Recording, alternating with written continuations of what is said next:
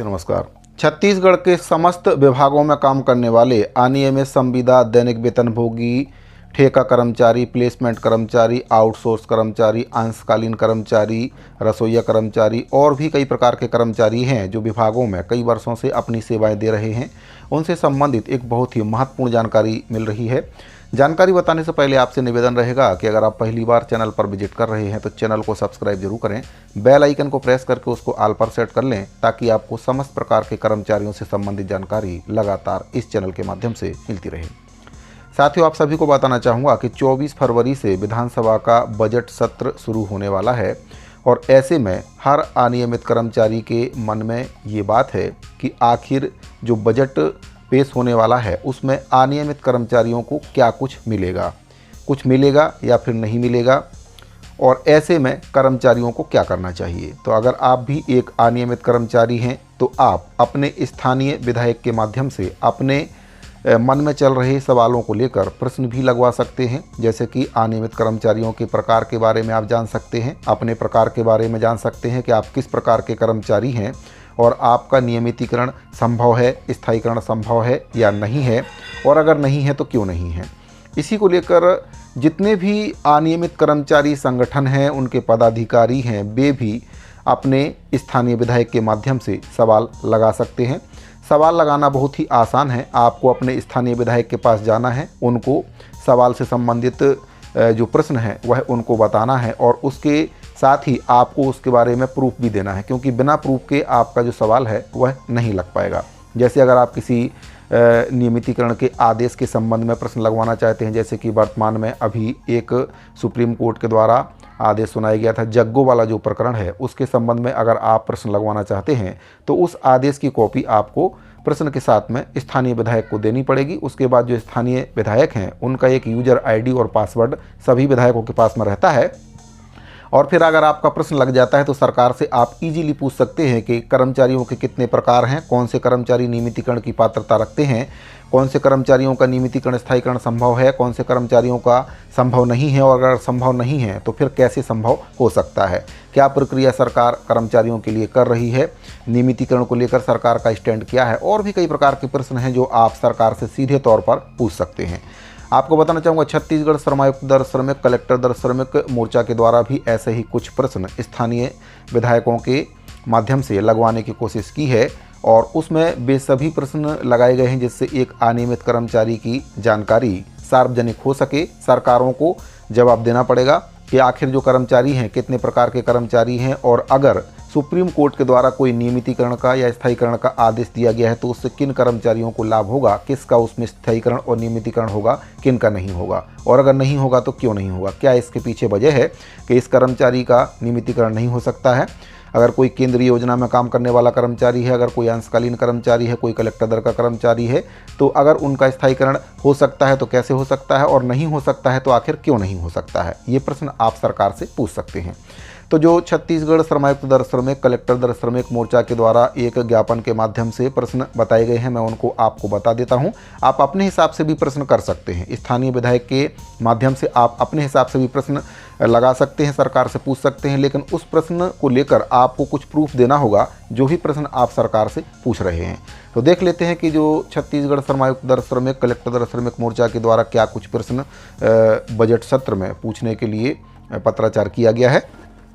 आप देख सकते हैं स्क्रीन पर, ये आपका लेटर छत्तीसगढ़ सर्व विभागीय श्रमायुक्त दर श्रमिक, कलेक्टर दर श्रमिक मोर्चा के द्वारा 8/2/2025 को जारी किया गया। इसमें जो विषय है विधानसभा बजट सत्र 2025-26 में तारांकित प्रश्न अरुण साव जी विधि एवं विधायी विभाग में लगाने बाबत इसमें प्रश्न किया गया। महोदय, छत्तीसगढ़ आउटसोर्स प्लेसमेंट ठेका के कर्मचारियों को संबंधित विभाग में सीधे स्थायीकरण नियमितीकरण किया जा सकता है। उत्तर हाँ तो कैसे, और अगर नहीं तो क्यों नहीं किया जा सकता है। इसमें दूसरा प्रश्न है, छत्तीसगढ़ के कार्यरत अंशकालीन जॉबदार मानदेय बिना नियुक्ति पत्र वाले एवं आउटसोर्स ठेका प्लेसमेंट कर्मचारियों को सुप्रीम कोर्ट निर्णय जग्गो दिनांक 20 दिसंबर 2024 SLP नंबर इसमें दिया गया है कि आधार पर नियमितीकरण का लाभ दिया जा सकता है। उत्तर हाँ तो कैसे, और अगर नहीं तो क्यों नहीं।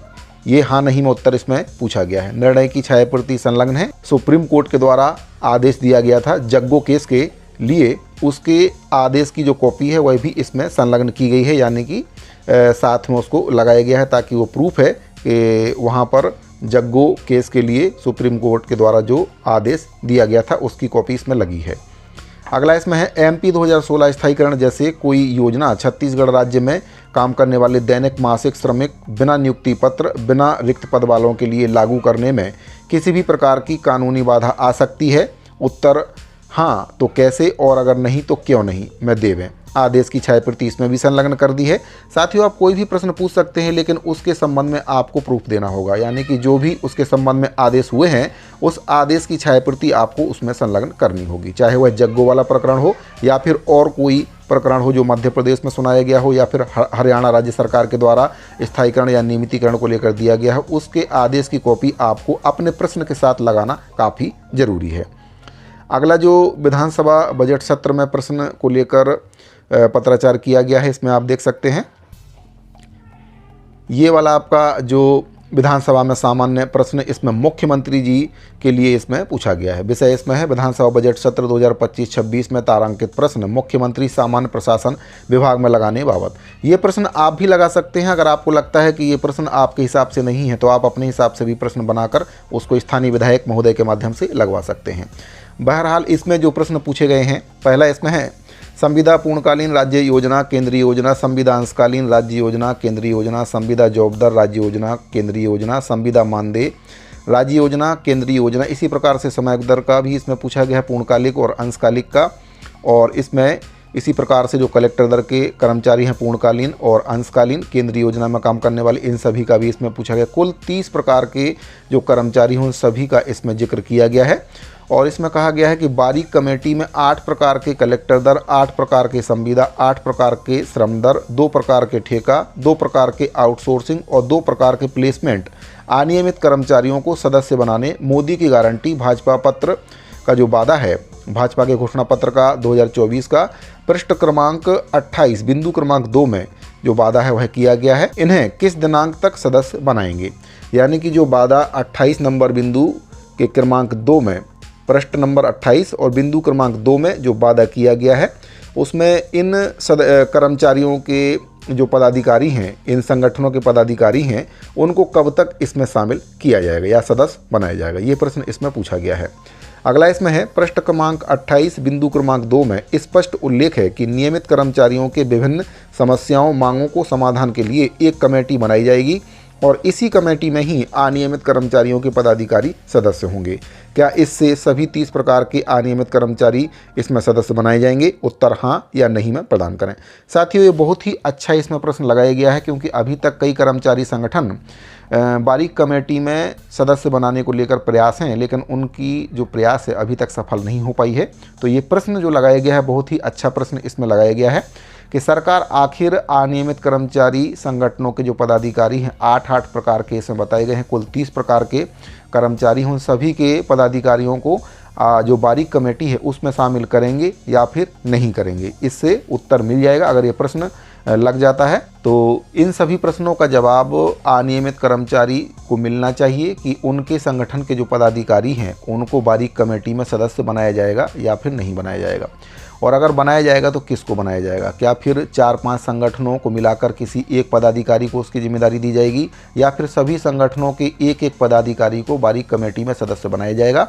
इसका जवाब इस प्रश्न में अगर देती है सरकार तो वह मिल जाएगा। और साथियों, बारीक कमेटी में अगर सदस्य बनते हैं तभी कर्मचारियों की समस्याओं का समाधान हो सकता है। अभी तक जितनी भी हड़तालें हुई हैं, आप सभी जानते हैं कि कर्मचारियों की हड़ताल का कोई भी निष्कर्ष आज तक नहीं निकल पाया है। सरकारें उनको आश्वासन देती हैं और आश्वासन के बाद उनकी मांग को ठंडे बस्ते में डाल दी जाती है। इसका एक कारण ये भी है कि गलत समय में हड़ताल करना और उचित मांग ना रख पाना। शासन के समक्ष आप बहुत सारी 20-25 प्रकार की मांगों को रखते हैं, इसलिए किसी भी एक मांग को भी सरकार आज तक पूरा नहीं कर पाई है। अगर आप ठोस तरीके से 2 या 3 मांगों को, जो कि मेन मांग है, उसको अगर आप रखते हैं तो सरकार हो सकता है उस पर विचार करे, लेकिन बहुत सारी मांगों को रखने से सरकार भी कहीं ना कहीं किसी भी मांग को पूरा आज तक नहीं कर पाई है। तो जो कर्मचारी संगठनों के पदाधिकारी हैं वे सभी इन प्रश्नों को अच्छे से अध्ययन कर सकते हैं और बजट सत्र के दौरान इन प्रश्नों को लगा सकते हैं। और भी अगर आपके मन में अनियमित कर्मचारियों को लेकर कोई प्रश्न है तो उसको भी आप अपने स्थानीय विधायक के माध्यम से उसमें लगवा सकते हैं। लेकिन उस प्रश्न से संबंधित आपके पास कुछ प्रूफ होना चाहिए, क्योंकि प्रूफ के बिना जो प्रश्न है वह लगवाना काफ़ी मुश्किल होता है। इसीलिए जो भी प्रश्न आप लगवाना चाहते हैं उसके संबंध में उसका प्रूफ जरूर दें। और अनियमित कर्मचारियों के प्रश्नों का जवाब सरकार अगर देती है तो आपके लिए भी बहुत अच्छा है कि आप किस प्रकार के कर्मचारी हैं, आपका नियमितीकरण स्थायीकरण संभव है या नहीं है।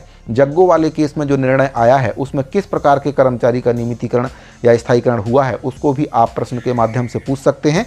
तो ऐसे कर्मचारियों को ये पता चल जाएगा कि जग्गो वाला जो निर्णय आया है वह सभी के लिए नहीं आया है, वह एक विशेष प्रकार के कैटेगरी के कर्मचारी के लिए आया है। अगर आप ये सोच रहे हैं कि जग्गो वाला निर्णय सुप्रीम कोर्ट के लिए दे दिया गया है, आप सभी कर्मचारी इससे नियमित हो जाएंगे, तो ऐसा नहीं है।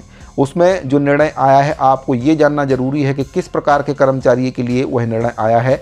अंशकालीन के लिए आया है तो वह राज्य सरकार का अंशकालीन है या फिर केंद्र सरकार का अंशकालीन कर्मचारी है, क्या उसके पास नियुक्ति पत्र है या फिर नहीं है। और अगर वह निर्णय आया है तो केवल उसी प्रकार के कैटेगरी कर्मचारी के लिए वह निर्णय आया है, सभी कर्मचारियों के लिए वह निर्णय लागू नहीं होगा। यही वजह है कि जब भी कोई निर्णय आता है, चाहे वह सुप्रीम कोर्ट का निर्णय हो या फिर हाई कोर्ट का निर्णय हो, कर्मचारी ये समझते हैं कि ये निर्णय हम सभी के लिए है, लेकिन ऐसा नहीं है। वह एक विशेष प्रकार के कर्मचारी के लिए होता है, विशेष कैटेगरी के लिए रहता है। उसमें कई प्रकार की जो सीमाएं रहती हैं वह उसमें लगाई जाती हैं। तो ये जानना आपके लिए काफ़ी ज़रूरी है कि जो निर्णय आया है किस प्रकार का निर्णय है, क्योंकि सुप्रीम कोर्ट के द्वारा या फिर हाई कोर्ट के द्वारा भी जो निर्णय दिए जाते हैं उसमें स्पष्ट नहीं लिखा रहता है। लेकिन आपको ये समझना होगा कि जो निर्णय आते हैं वे किस प्रकार के कर्मचारी के लिए निर्णय दिए जा रहे हैं, कैसा उसमें निर्णय दिया गया है, क्या वह निर्णय सभी पर लागू होगा या नहीं होगा। इसीलिए जब भी कोई निर्णय आता है तो कर्मचारी ये सोचते हैं कि ये निर्णय सभी के लिए आया है और फिर बाद में बोलते हैं कि सुप्रीम कोर्ट और हाई कोर्ट के आदेश को सरकारें नहीं मानती हैं, ये आदेश केवल दिखावे के लिए हैं। तो ऐसा नहीं है। सबसे पहले प्रकार जानिए कि किस प्रकार के कर्मचारी के लिए वह आदेश दिया गया है, किन के ऊपर वह लागू होगा, किन के ऊपर वह लागू नहीं होगा। तो प्रश्न लगाकर आप अपनी समस्याओं का समाधान सरकार से पूछ सकते हैं, अपने प्रकार के बारे में पूछ सकते हैं, नियमितीकरण होगा या नहीं होगा उसके बारे में पूछ सकते हैं, बारीक कमेटी में किसको सदस्य बनाया जाएगा, किसको नहीं बनाया जाएगा उसको भी पूछ सकते हैं। केवल हड़ताल करना समस्या का समाधान नहीं है। बिना सिर पैर के अगर आप हड़ताल करने जाते हैं तो फिर सरकार आपकी किसी भी मांग को पूरा नहीं करेगी, आपका समय बर्बाद होगा, आपकी मेहनत से कमाया हुआ पैसा भी आप चंदे के रूप में देंगे और कहीं ना कहीं वह भी वेस्ट हो जाएगा। तो अगर आपको जानकारी अच्छी लगी हो, थोड़ी सी भी पसंद आई हो तो वीडियो को अपने दूसरे साथियों को जरूर शेयर करें। इस वीडियो फिलहाल इतना ही, अभी के लिए दीजिए इजाज़त, मिलते हैं अगली वीडियो में। धन्यवाद।